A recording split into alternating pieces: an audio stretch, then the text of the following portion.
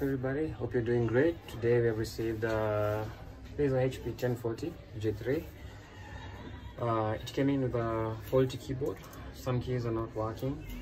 As you can see, this top line is not working. Some keys, and it requires a keyboard replacement, which just takes around 10 or 15 minutes to do so. So let us begin. So we start by taking off the bottom cover, take off the few screws.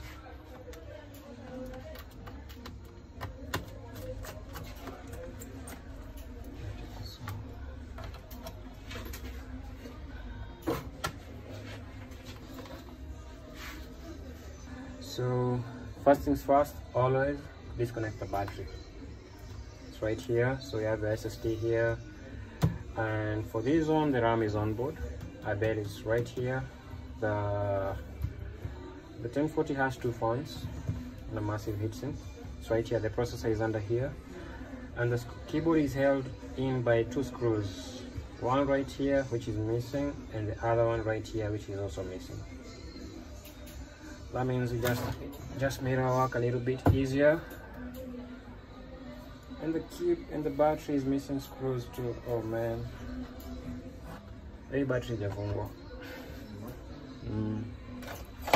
So we just need to take a tweezer or something sharp and lift it up just like that.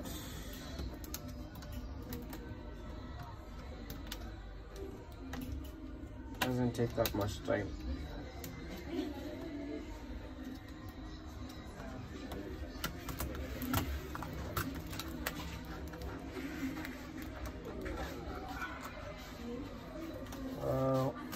Since it goes down below, this is very unusual, but the connection goes down below. So there we go, battery is falling out. Keyboard connection is right here, and for the backlight right here.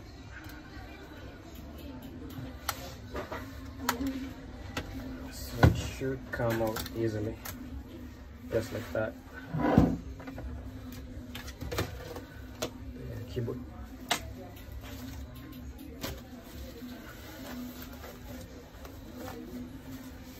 Here's a new keyboard.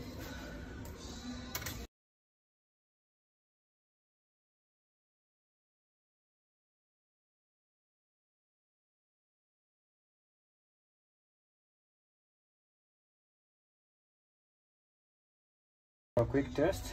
The keyboard is in. Let's see if the connection was a success. It's quite a funny assembly design from HP, but anyway, still have to fix it.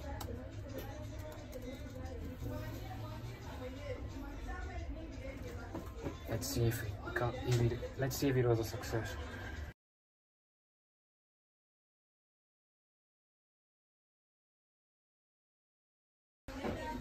So the keys that are not working, especially number 1, 2, 3, and 4, the QWERTY line, ASDFGJ, they all are not working, but they all seem to be working now. So call this a fix, or what do you think?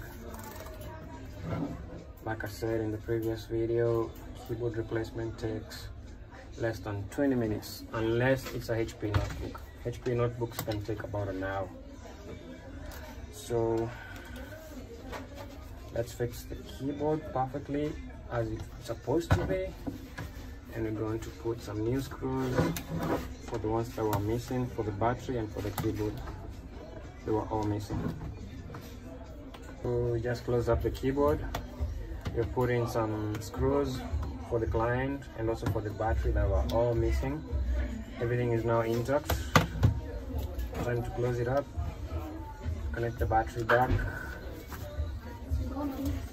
and the bottom cover too. Close up the screws, and that's it. The keyboard is fully fixed, fully functional. The original one had backlight, and the owner insisted that we put one with backlight, so it's fully fixed. Now booting well, all the keys are working. It's done. It's a fix, guys.